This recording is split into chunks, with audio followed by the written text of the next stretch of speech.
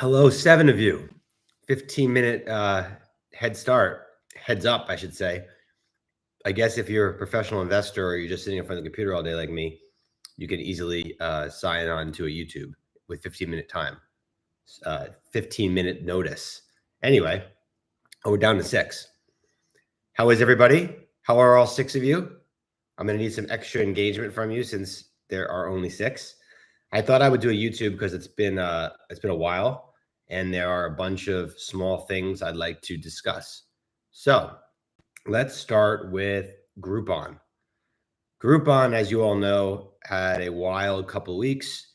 It was announced by an activist and originally by Prescient Capital, that they had a 5% stake in SumUp. And then there was a Bloomberg article that said that SumUp was doing a round at $22 billion, which would have put the Groupon stake at over $1 billion. And Groupon's market cap was like 700 million. So the stock went bananas. And I was very skeptical of all of that, skeptical of the $22 billion valuation, but even more skeptical of that Groupon's stake could have went from 130 million in Q3, which it was just marked up to $1 billion today, given that the competitors of SumUp or just tech stocks in general have been decimated since the third quarter of last year. So I took advantage of the move into the upper 20s and sold virtually every Groupon call spread I had. As you know, last time we spoke on Groupon, I told you I was all out of all the common, and all I had was sizable call spreads, mostly Jan 23, but also April 30-35s. And I'm out of virtually all of them. I have a 50 basis point position left in Groupon, and it's never felt so good to be away from Groupon. Groupon was a failed thesis pretty much across the board. I thought that given how decimated it was during COVID in the summer of 2020, the stock was trading in the teens. I thought that even if it was in secular decline, which I didn't think it was, but if it was in true secular decline, that with the cost cuts and with the COVID bump that they would get when COVID was over, at the time I thought COVID would be over imminently, that you would see kind of, this was Groupon before, then COVID, and then boop. So maybe like it gets halfway back to where it was before the COVID blow up. And the best we got was April of 2021. My memory serves me correctly. It was down, God, I can't even remember, 30% from 2019, maybe 20% from 2019. I honestly can't remember. And then it basically started declining again. And that's why when they reported in August of 2021, I was very disappointed that the August numbers were so bad. And then, of course, the same thing happened with Q3 and Q4 guidance. Though it kind of plateaued. I wouldn't say that it was awful, the guidance for Q4 and the actuals for Q3, but they were still down huge on a year-over-year basis and a 2-year basis, and just not what I expected to happen. And then finally, you get the new CEO that comes in, who I do not think is very impressive. He was CEO of Zappos for a year, and he was a lifelong Zappos employee, and he was put into CEO of Zappos because the founder left, had a meltdown, and is now unfortunately passed away. And he only lasted at Zappos for a year to take this job. So I don't know if he has any real experience at turning around a company of this size. He clearly doesn't have any real CEO experience. It was a year at Zappos. So where was I left with Groupon? I was left with a sizable stake in a company I don't care about. That's worth, depending on how you want to look at it, an after-tax basis of anywhere between, $2, $3, $4 and as much as $10, $12. If there's no taxes, it could be worth as much as $15 a share. If you believe the $22 billion valuation, which I don't. And that's not my thesis. It was never my thesis here. I think that the near-term numbers are going to be atrocious. I just can't imagine how bad they're going to be. I always think that's kind of priced in, but it never is. And I didn't want to own it into this quarter, into Q4 and Q1 guidance with the new CEO who's going to, I don't even think it's called, I was joking with a friend, I don't think you call it kitchen sinking when it actually is, everything's going awfully. And it's the reality of the situation. So you're not kitchen sinking to then start fresh. You're just telling us the truth, which is that everything's shit. So yeah, Groupon was one of my more painful experiences the last few years. Obviously, I made money on it. My first trade was in the teens in the summer of 2020, and I made money on it throughout the years, while losing a sizable amount of money on it last year. And it didn't work out. Now, could it be sold? Oh yeah, that's what I was going to say. So the new CEO coming in, to me, virtually eliminates the chance of a sale anytime soon. This thing's been shopped for like years. The CFO of Groupon left to join a movie theater company. I mean, why would she do that if she thought there was a future with this business? And, most importantly, I've tried over the last 2 years to go to Groupon's website and purchase things, and the inventory is just crap. The inventory is low quality inventory. The one purchase I made on there was for a water park nearby, and the price was the same on 3 other websites, including the website that the water park offers tickets. I just did it through Groupon because I wanted to give Groupon the money. I mean, that to me isn't a moated marketplace. When you look at Yelp or TripAdvisor, I go to both those websites regularly for reviews. Now, I don't know if they're monetizing me or not, but at least I go there. And there really is no reason to go to Groupon. And unfortunately, as their users bleed, which they continue to bleed even after they lapsed their COVID Q1 2021, Q2 2022, it becomes less of a relevancy to merchants. And you have this self-fulfilling prophecy of the opposite of a spin wheel, where you just have a dead market. So, that's the story with Groupon. It's 50 basis point call spreads, all Jan 23.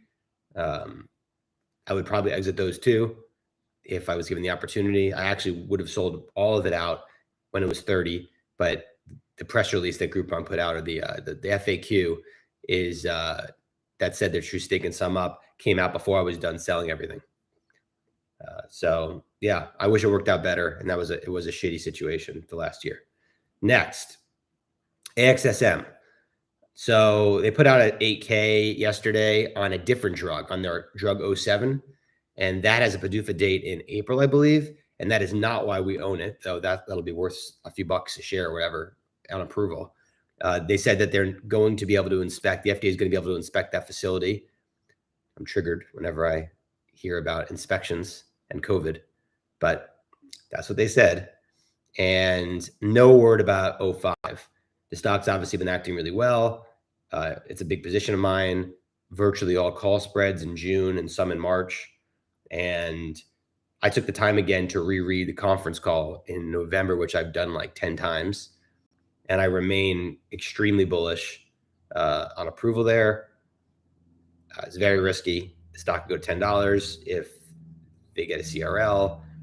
I encourage you to look at my old YouTube. I think it's from last time or the time before. I did a whole YouTube on AXSM, and it's still just as fresh as it is then as it is now.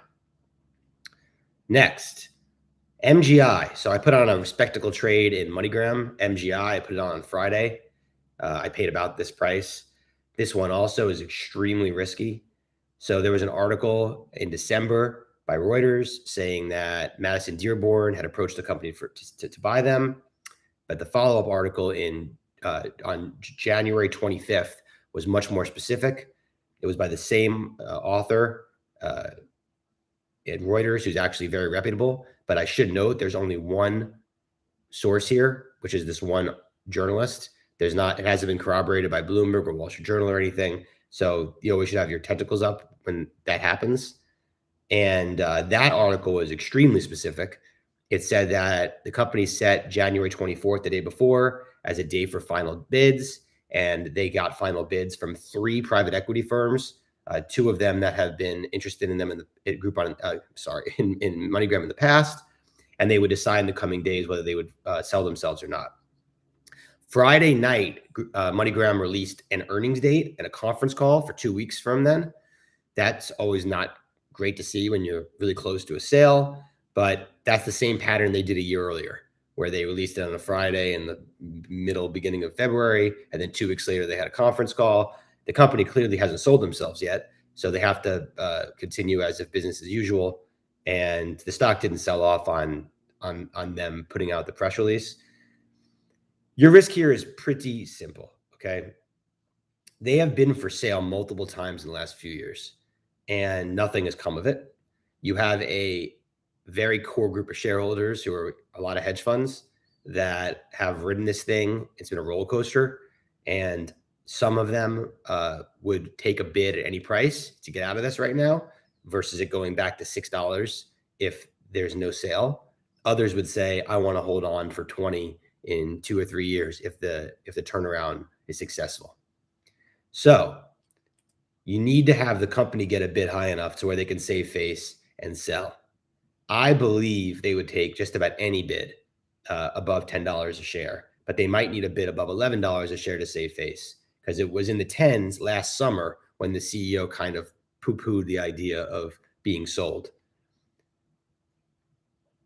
Look, this is just a gamble, okay? I have no edge here. I believe that if you have 3 different private equity firms that all put in final bids on the week in the middle of January, the stock was in the 8s then, that those bids are obviously going to be north of where it was trading. I think that you can make a good case to how this can be a successful LBO, considering the fact that it would be better if they were turning around the business, or transitioning the business, I should say, behind closed doors.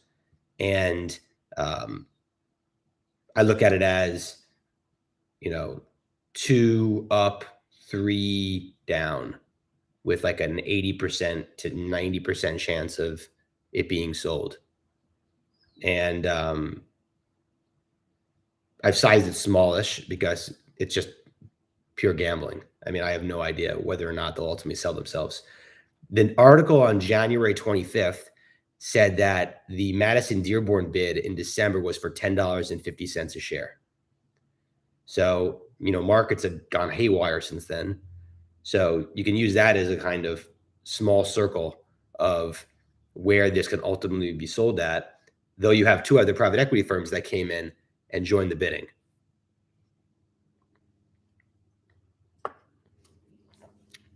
This should happen pretty soon, the next week, the next 2 weeks.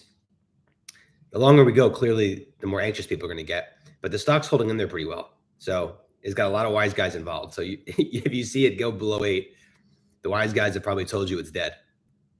Next, Blackstone Mineral, BSM. I've never really done a deep dive on this, and I'm not going to do it today, but it's my second biggest position. And they hiked their dividend from 25 cents to 27 cents in Q4. And I just think the stock's just unbelievably cheap. So you're basically looking out at 2022, all their hedges reset to higher levels, still not at spot levels, but much higher levels.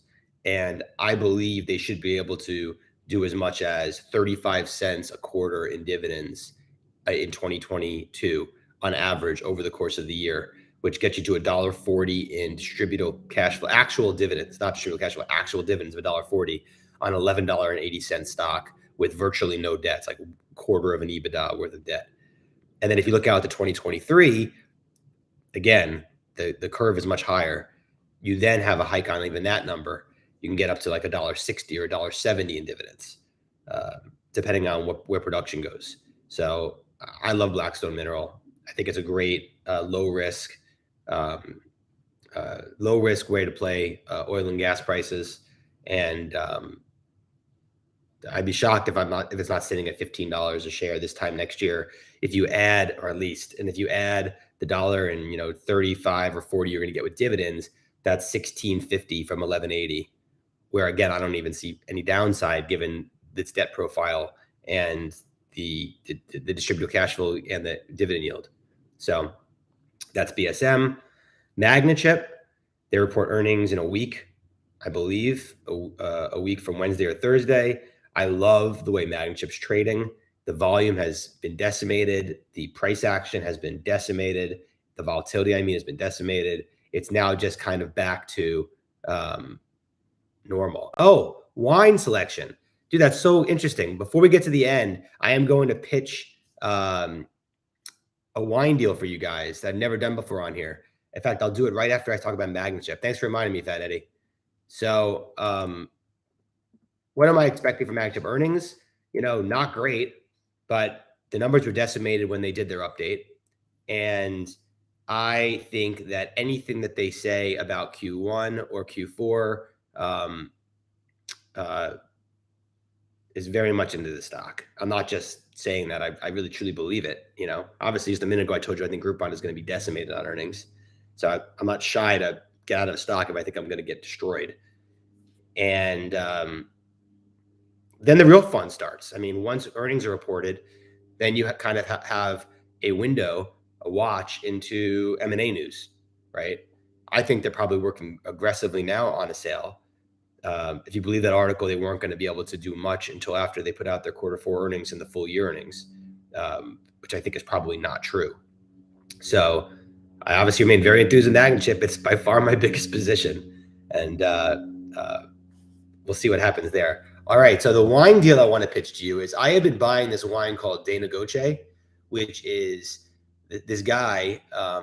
He buys bulk wine from premium wineries that can't sell all their wine, and he bottles it under his own label and puts lot numbers on it, and he sells it for a fraction of the price of what the wineries sell it for. Sometimes he gets the exact same wine as the winery, and other times he hold on one second, guys.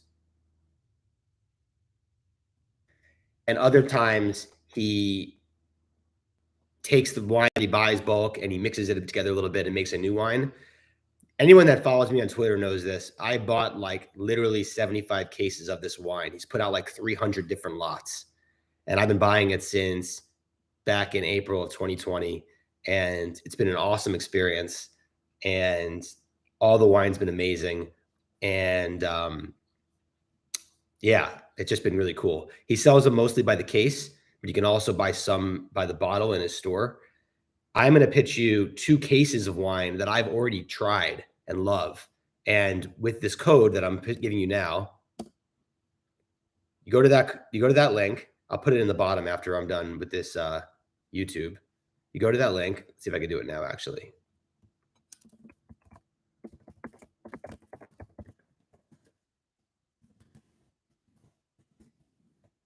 Yeah, I can do it right now.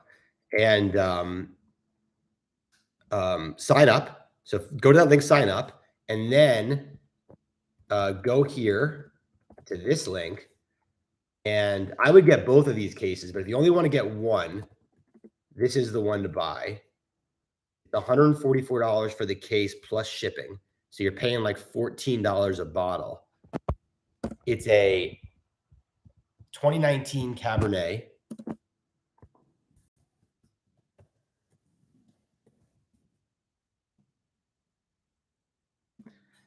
And the other one, which is just a ridiculously good deal that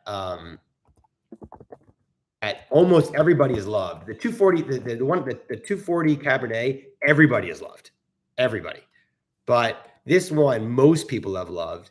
This one is only $109 for the case, and shipping is free. So you're paying like $9 a bottle for this. And I bought multiple cases of each of these because I really can't believe how good it is. It's a red blend versus the other one being Cabernet.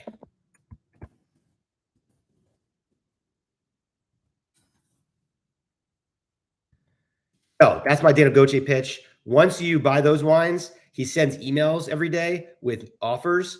I implore you to be very, very cautious in what you buy because every offer sounds like it's the best deal you've ever heard in your life. And he puts out an offer almost every day, if not every other day. The bottle shop stuff is more expensive than the cases. So wait until he does a sale in the bottle shop if you want to buy a mixed case of the stuff in the bottle shops.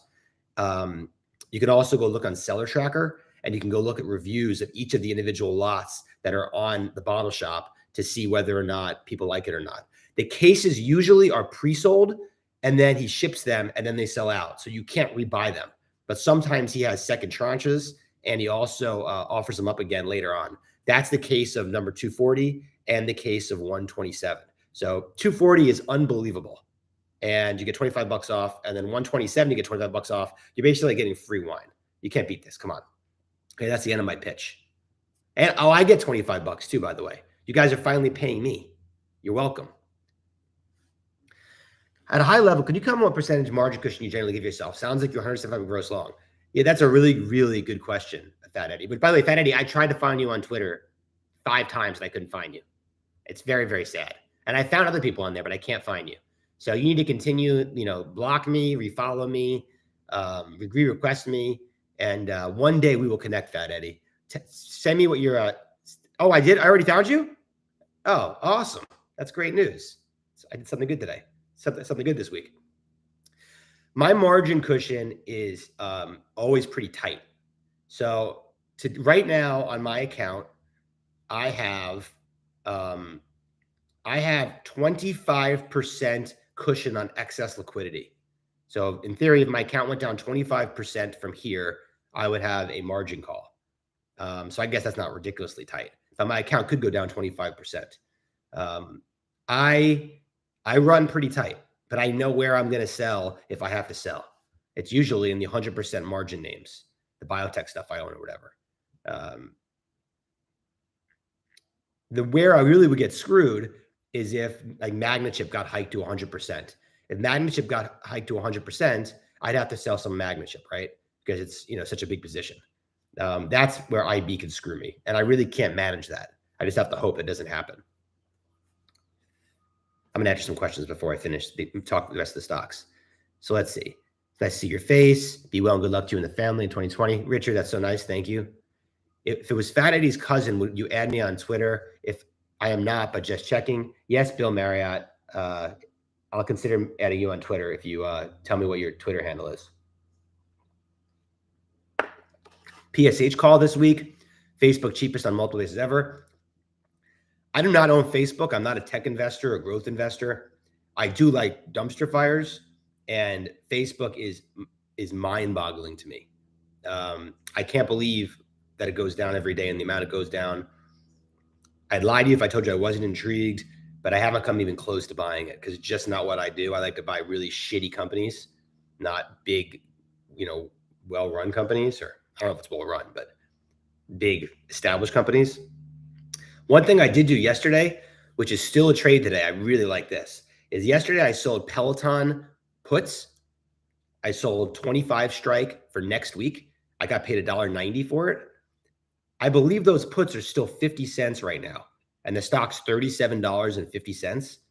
This is bananas. They just reported earnings today, and they did not dispute anything to do with the possible sales process that could be happening in the next few months. I think the stock will keep its bid for the foreseeable future, many, many weeks, definitely above 30, probably above 35. So it reminds me a lot of GameStop and AMC. The volume it traded today is 200 million shares.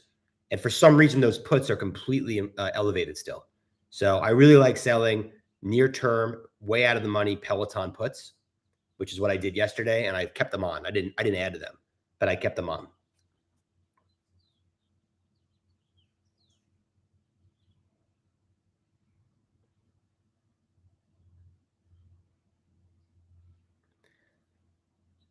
I'm late. Even it may feed. My wife was not over impressed with your wine selection. We'll get you the referral next time.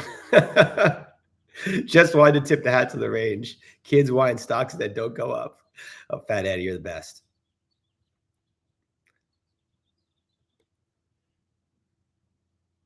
Also, why will you not be filling out the Cuppy job posting?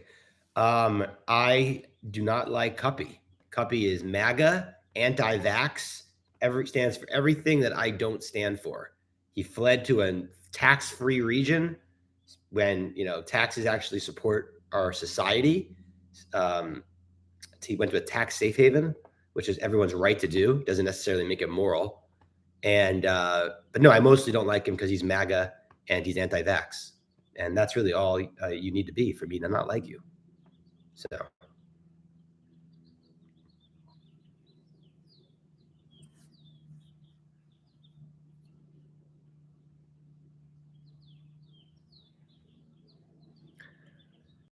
Groupon part of this discussion. I already talked about Groupon, Calabi. You can go back and see it earlier. Any thoughts on my letters holding Celdux or Morphic? Are you sick of bios? I don't know either of those names at all, my friend. Sorry, I can't help you there. Losing any money in crypto. It's funny you say that. You asked me that question, Fat Eddie. I did buy a call spread in MicroStrategy and BITO in December. I bought 100 basis point Jan 24 way out of the money call spread, and it promptly got decimated to worth almost nothing. And I took it off last week or 2 weeks ago for, I don't know, 20 or 30 basis points versus the 100 basis points I paid for it. So now I have never actually tweeted this. So I am now a crypto loser. And I've done nothing else in crypto. And I'm sure crypto will go back to all-time highs now. Let's talk IMVT. So IMVT is one that longtime viewers of this YouTube know a lot about. I lost a lot of money on it last year, thinking that Roivant would purchase them, and instead they put money into them, and IMVT just went straight down. I sold most of my IMVT common, actually all of it, and I told you guys that on here. The only thing I had left was call spreads, Jan 23, 10-15 call spreads, and a few other little odds and end call spreads, but it was mostly just decimated position. In the last 2 days, I have bought IMVT again. It is a 3% common position, and I put on a bunch of 750 call spreads starting at 750. Some of them are 1x2s. I did July, I did Jan, and I did Jan 24. A lot of 1x2s and some 1x1s. So I back have about 200 basis points of dollar exposure to IMVT call spreads. So why am I getting involved in IMVT again? Talk about dumpster fires. IMVT has $4.50 a share in cash, and it's trading to $5.60. They are going to restart or they're going to initiate a phase 3 trial in the next couple months. They've already been blessed by the FDA about the structure of the trial, and they're going to do 2 more pivotal trials this year in different indications. The market, along with most bios, but particularly this one, has clearly given up on IMVT, and they think their lead drug is worthless. I do not know if it is worthless or if it is not worthless. What I can tell you is if IMVT, what I can tell you what I think is going to happen, if IMVT stays under $6 a share for an indefinite period of time, Roivant will pounce on this, and they will acquire it probably between $9 and $11 a share would be my guess. And they will say it is a 50% premium to its 30-day or 60-day moving average. And they will probably get the blessing of the independent board. Whether or not shareholders are okay with it remains to be seen. But it's in all of Roivant's interests to make IMVT go away. Roivant is a $5 billion market cap with like $2 billion in cash, and they could acquire the minority part of IMVT at $10 a share for $200 million in cash and $200 million in stock. And Roivant would then get access to IMVT's entire $500+ million cash position. So their net cash position at Roivant would go up by $300 million, and their dilution of $200 million in stock versus the $5 billion market cap would be just 4%. So not only do they get all of the drug that I assume they like, considering the fact they spent $225 million at $12.25 a share last summer, but The most important part is it's an eyesore for them and it's embarrassing for them. And if they roll it into the parent company, then if it takes years for it to play out, it's just a small part of the overall story at Roivant, and it won't be a headache to management or to the larger company. Right now, it is a headache. And there's probably millions of dollars of cost savings you can save by rolling in this public company into the private company. So we know Roivant was interested in buying them back in February. Cynics will say that it was a lie. They just did that because they want to get the SPAC done. I just don't believe it. I think that they saw an opportunity to pounce, and they couldn't get the deal done while they were not complete with the SPAC, because the SEC would not allow them to do some convoluted takeout of a public company while they haven't even completed the de-SPACing yet, which is what Sheep's thesis was, and I think he's right. So the proposition of 565 is very different than the proposition at 8, 10, 12. I mean, you're paying $1 in EV versus $4 in EV or $6 in EV or $8 in EV. You know, the cash is real. It'll be burned for these indications. I assume Roivant likes these indications, or else Roivant would not be putting more good money into bad money. And they certainly would. They would probably just stop the process altogether with restarting these trials and kill the company and get their cash back. They're, you know, as savvy as they get, and they're super shark. So they can't do anything tomorrow. The stock has to languish for a while. And if the stock stays below 6, maybe even below 7 for an indefinite period of time, I think you'll see them act in the next 3, 6, 9 months. So, yep, I'm back in Immunovant, baby. And finally, I think the last one I wanted to talk about was Uniqure, ticker QURE. I bought that recently. It's a 4% position. I used to own it many, many years ago. And this one's a really fascinating situation. So they have a lead drug, a hemophilia B gene therapy drug, and they partnered it out in 2020, in the summer of 2020, with a gigantic Australian company. They got $450 million upfront. They'll get another $300 million upon approvals and first sale. They'll get over $1 billion in sales milestones potentially, and they get double-digit royalties up to low double digits. Here's the backstory. So in the summer of 2019, they were rumored to be up for sale. It was a strong article Goldman Sachs put out. I'm sorry, it was a strong article that was put out on Bloomberg, and they skipped a Goldman Sachs conference. The stock then was around 70, 65, 70, I believe. Nothing happened. When they did the deal to partner the lead drug, the Hemo B drug, the stock was 70 in the summer of 2020, and it got destroyed on the partnership because people wanted a full sale. The only other drug Uniqure has that's meaningful at this point is they have a Huntington's disease drug that's been years in the making. And initial data came out in December on that drug that disappointed the market. There was no early signs of efficacy based on a biomarker. Safety was fine, and it was the low dose cohort, and they're going to keep going with the trial to see what happens with the high dose cohort and whether any efficacy happens with more time, both from a biomarker standpoint, and also I think maybe eventually one of the endpoints might be actual functionality. The stock went from 29 to 21 on that news in December, and is now 1730 as XBI has been destroyed. Here is the punchline. If they get approval for the hemophilia B drug, which I think they almost certainly will, all the data is done. It's a very big company that's in charge of the submissions. The submissions will go in this year. Assuming they get approval and they get the $300 million in cash, Uniqure right now has no enterprise value. The cash plus the $300 million get you to $17.30.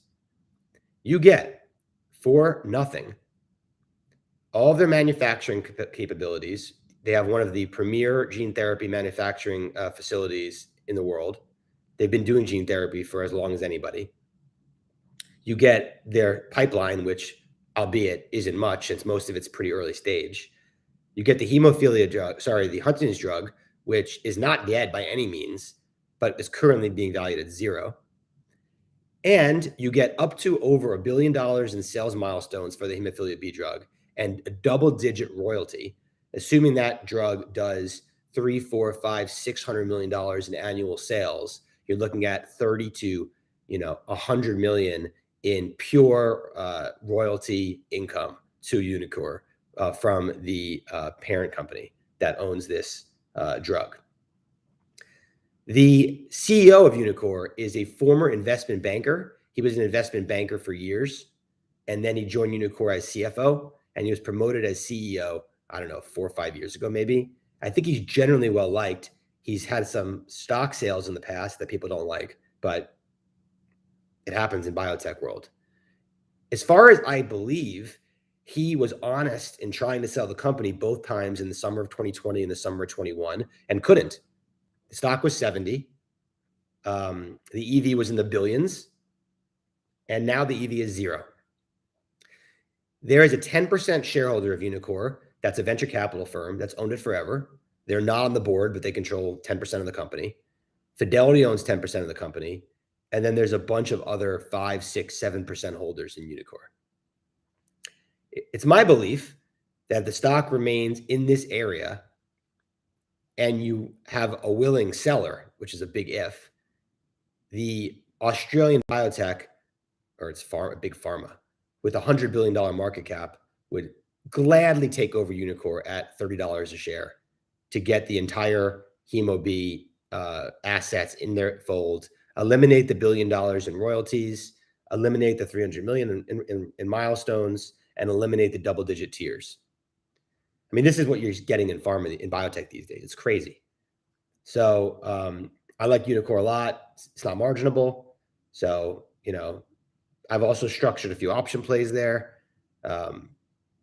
basically selling put spreads to buy call spreads, which you can do in different months.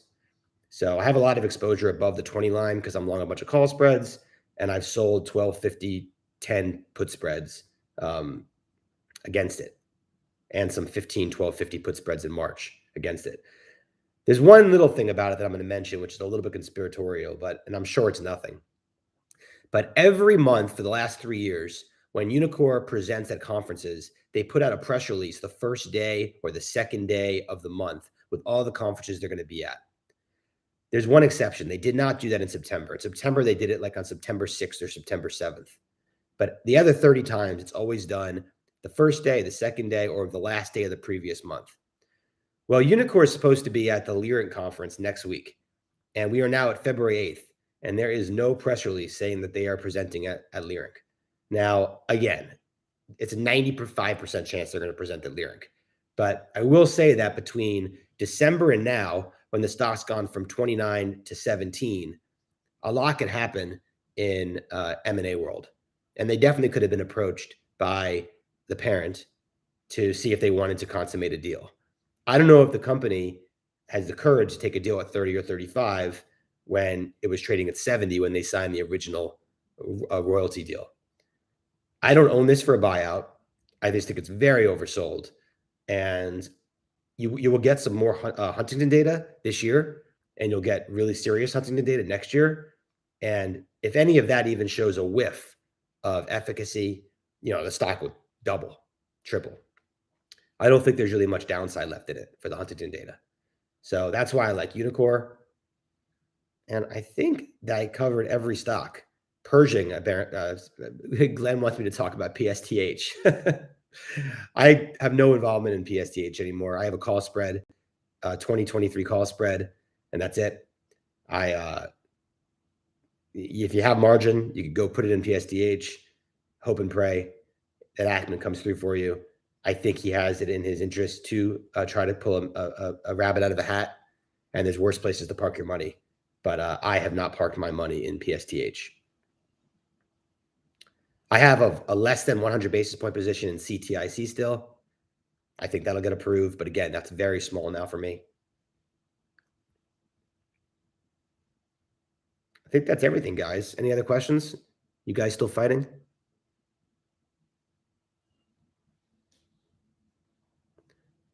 I'd like to remind you to buy the wine You'll be very, very happy. You won't believe how good it is. And do not rush to buy other cases when they come out. Take your time. You can go to a message board that I go to called Wine Berserkers. Google it. And there's a thread on Negoce. I post on there.